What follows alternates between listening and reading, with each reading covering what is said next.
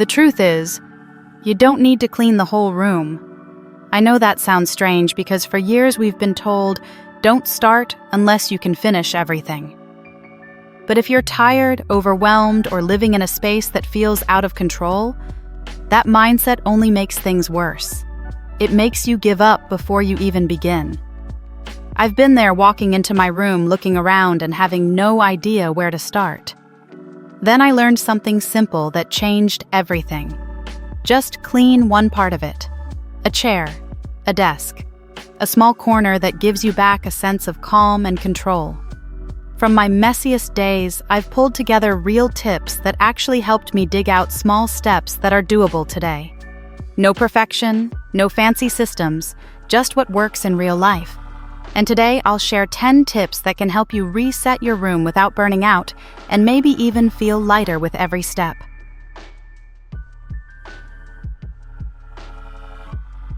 Start by choosing one small space that feels manageable. For me, it was the top of my nightstand.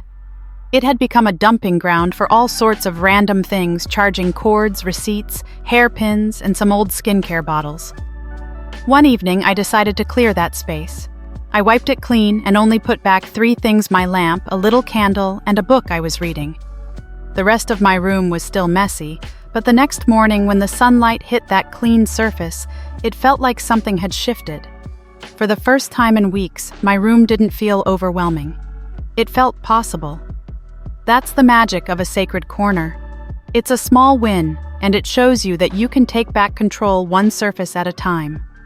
Once you feel that calm, you'll find it easier to start seeing cleaning not as a chore, but as something that can give back to you slowly but surely. Tomorrow, I'll be sharing a new video about the common mistakes people make when cleaning that leave you feeling exhausted and frustrated. If you've ever spent hours cleaning only for your room to get messy again the next day, you'll want to watch it. Once your mind is at ease with that clean corner, the next step gets easier.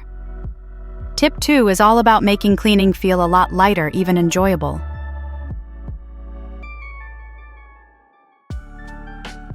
Cleaning can feel like a drag, but what if you could make it more enjoyable instead of just focusing on the mess?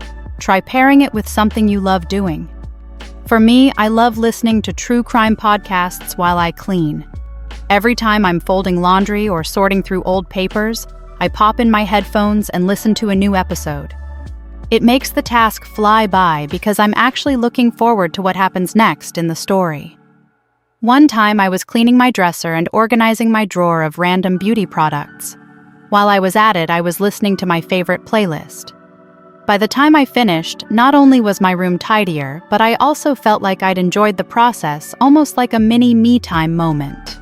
So next time you need to clean, choose something that makes the task feel less like a burden. Maybe a YouTube video you've been meaning to watch, a phone call with a friend, or your favorite playlist. It won't feel like work at all, and you'll actually get excited to tackle the next task.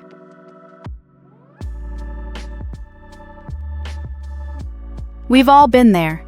You come home from shopping, toss your bags and receipts on the counter, and forget about them for days or even weeks. Then suddenly you have piles of crumpled receipts, random shopping bags, and empty product packaging scattered around your room.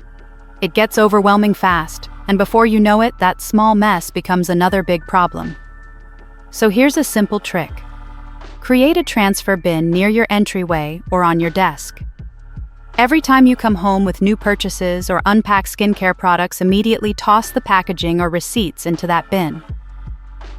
I started doing this a few months ago, and it's been a game changer. Whenever I get home from shopping, I take 2 minutes to get rid of excess packaging and toss it all in my transfer bin. At the end of the day, I just take 5 minutes to go through it, toss what I don't need, and keep the important stuff like receipts for returns or warranty info. This little routine keeps my room looking less cluttered, and I don't get stuck staring at an ever-growing pile of mess. Plus, it's one less thing to worry about later.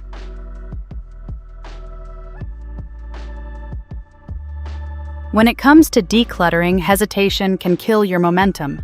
You're standing there looking at that pile of clothes, books, or old knickknacks, and you start asking yourself, should I keep this? Do I really need it? And suddenly, 30 minutes have passed and you've made no progress. To avoid this, I started dividing everything into just 2 piles, used in the last month and haven't touched in a while. For example, when I went through my wardrobe last weekend, I pulled everything out. Instead of getting stuck debating each item, I just quickly dropped things I hadn't worn in the past month into the haven't touched pile. The rest went into the used pile. Then, instead of immediately deciding what to do with the haven't touched pile, I sealed it in a box, put a note on it, and stored it away. I gave myself a deadline, and 1 month I'll revisit it. If I still haven't used those items, it's time to donate or toss them. This way, I don't waste time overthinking each piece. And when I come back to the box in a month, I have a clearer mindset, and I'm more ready to part with things I didn't need after all.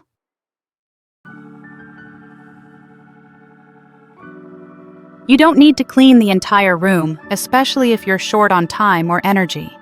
Instead, focus on the areas that affect your daily life the most. For me, the hardest part of my room wasn't the floor or the desk. It was the chair. I couldn't sit down without stepping over clothes bags or stray books. Every time I walked into the room, I immediately felt overwhelmed just by looking at the mess on my chair.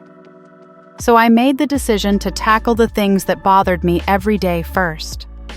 I started by clearing off the chair. It didn't take long, just 15 minutes.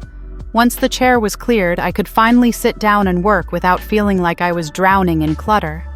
Then I moved on to the pathway that led to my bed. By clearing that area, I could walk freely, and every time I stepped into my room, it felt more inviting.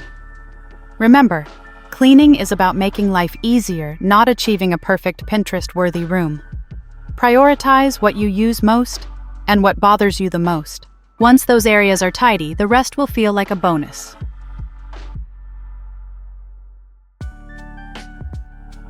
Let's be honest, cleaning an entire room in one sitting is a big ask. Sometimes it's just not realistic, and it can leave you feeling exhausted and frustrated. The truth is, you don't have to finish everything today. It's okay to take your time. For example, last weekend I decided to tackle my desk. I had a lot of papers scattered everywhere, and it seemed like a huge task. But after 15 minutes, I started feeling drained. I knew I'd never finish if I kept going at that pace, so I stopped after clearing just the top of the desk. It wasn't perfect, but at least it was a clean surface I could work with. The next day I went back to it. This time I cleaned out the drawer, then wiped down the lamp. Each day I chipped away at the mess, and slowly but surely my desk started looking better. And here's the thing, I didn't feel guilty or defeated. I felt accomplished because I didn't push myself to do it all at once.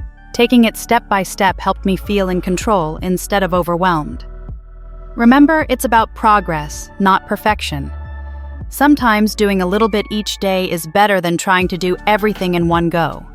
So give yourself some grace and keep going, even if it's just one small task at a time.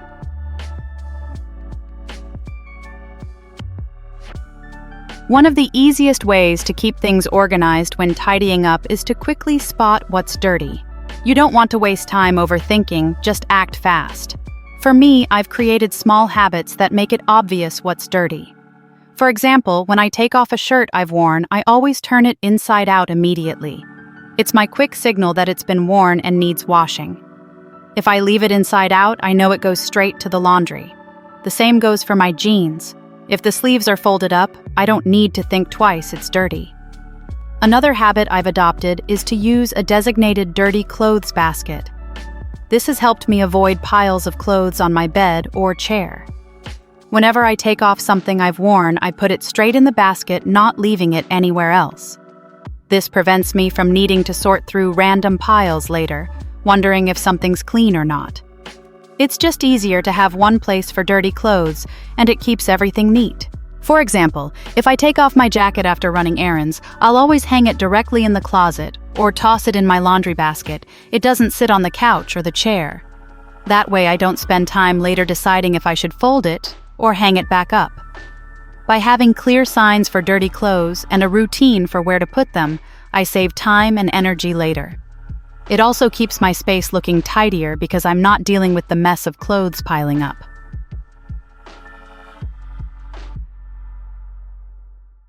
Cleaning your space isn't just about tidying up, it's a great chance to build habits that help you stay organized long-term. For instance, I used to always forget to check the pockets of my clothes before throwing them in the wash. And guess what happened? I ended up washing a $2 coin once, and it ruined the whole laundry load. After that, I made it a habit to check the pockets before I toss anything in. Now it's second nature, I don't even think about it. I just do it. Another habit I've built is sorting things while I clean. For example, when I'm dusting off my shelves, I'll also take a moment to toss any old receipts or papers I no longer need. This not only helps me keep my room clean, but it also helps me stay organized without a pile of things to deal with later. The trick is, the more you repeat these small actions, the easier they become. After 2 to 3 times checking pockets, tossing unnecessary items, or doing a quick sort becomes part of your cleaning routine. It makes cleaning quicker and helps you stay on top of clutter without putting extra effort into it. So every time you clean, think of it as a chance to build a better habit. Not only will your space look tidier, but you'll start living in a more streamlined, intentional way.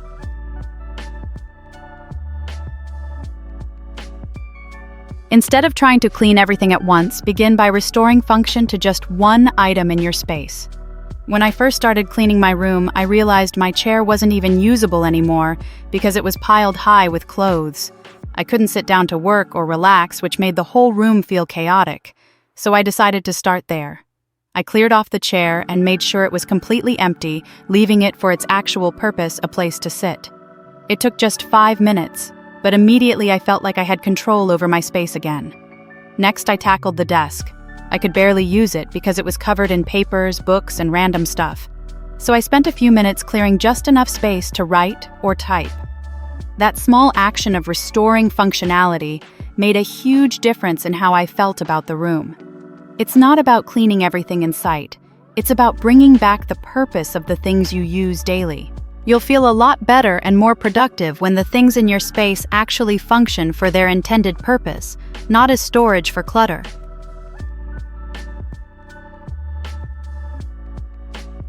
You don't need to transform your entire life in one night. Sometimes, just a small change is all it takes to feel completely different.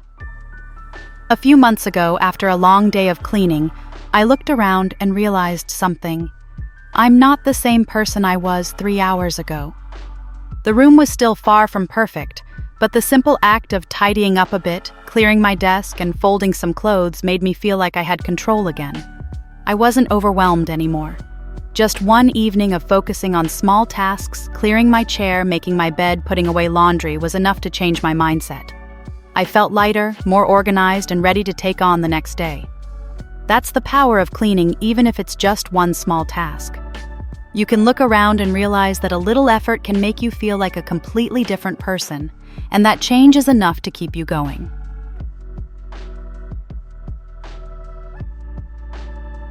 So there you have it. 10 practical tips that don't require a massive overhaul. Just small changes that can help you regain control of your space and your mind.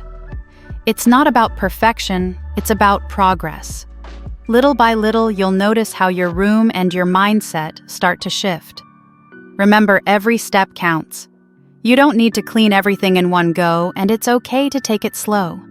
The key is to build habits that make your space feel comfortable, functional, and stress-free.